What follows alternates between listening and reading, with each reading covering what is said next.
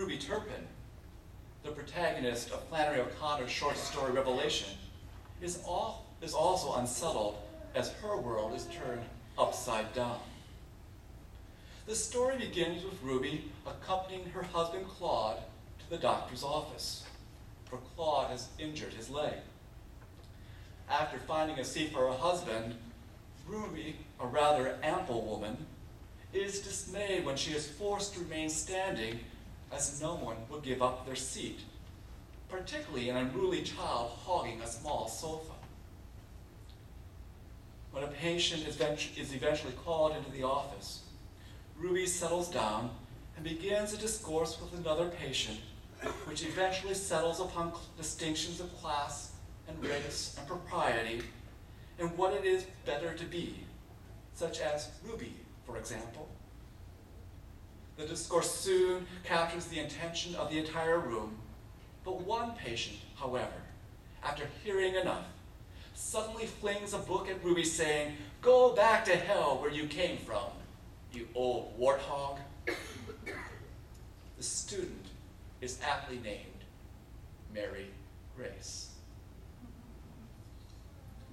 Unaware to Ruby, it was her moment when everything was coming together.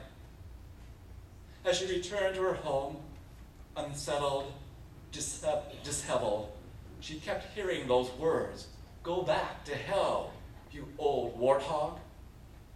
How could this have happened? She had done all that was expected. She had made her mark upon the world.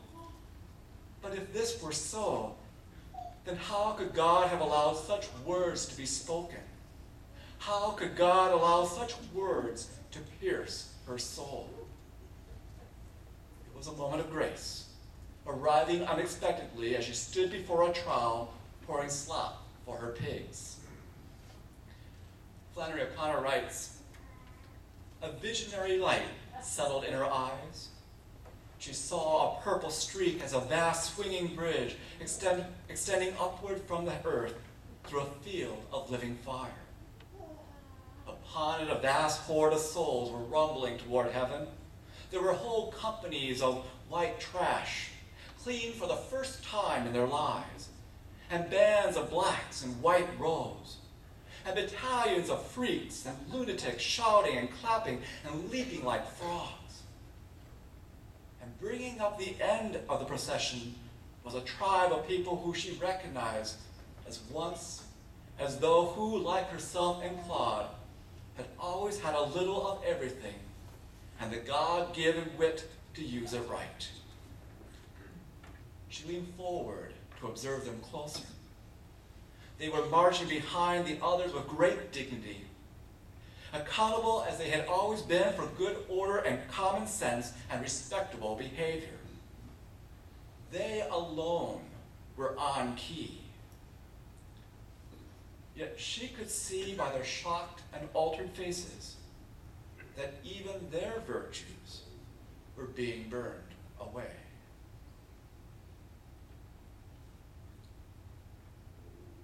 Who knows what might have happened had those two disciples not invited a stranger along the road to share a meal with them. After all, they had shared in Jesus' ministry, studied at his feet, and watched in amazement as the people gathered around him. If they had not broken bread with this stranger, would they have been any more receptive to his teachings than they were of the teachings of the one who had called them friends? Might they have stayed in Emmaus, confused, disappointed, but safe? It was such a simple act, breaking bread. But suddenly their hunger was satisfied, for they found themselves in the company of a loved one. Moreover, the world, despite all its ignorance, brutality, and fear, was still good.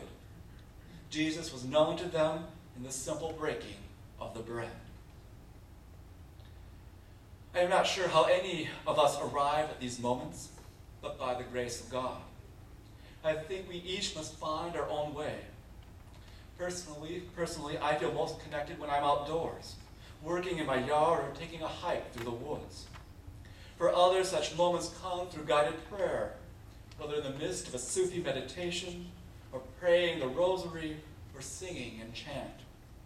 Yet others take strength from boisterous services of worship and ongoing revival where one shouts glad alleluias. There are, however, several key elements that we can cultivate as we travel our road to Emmaus. First, we need to remain open, or as the Methodists recently proclaimed, to maintain open hearts, open minds, and open doors. Despite all that we know and will yet know, there is still much more to be revealed. The world is still being unveiled. Indeed, if we already have the answers, of what need is there of God? Second, we must embrace our humanity, our common heritage as sisters and brothers. We all have our strengths, and we all make our share of mistakes. Together we can achieve much more than any one of us alone.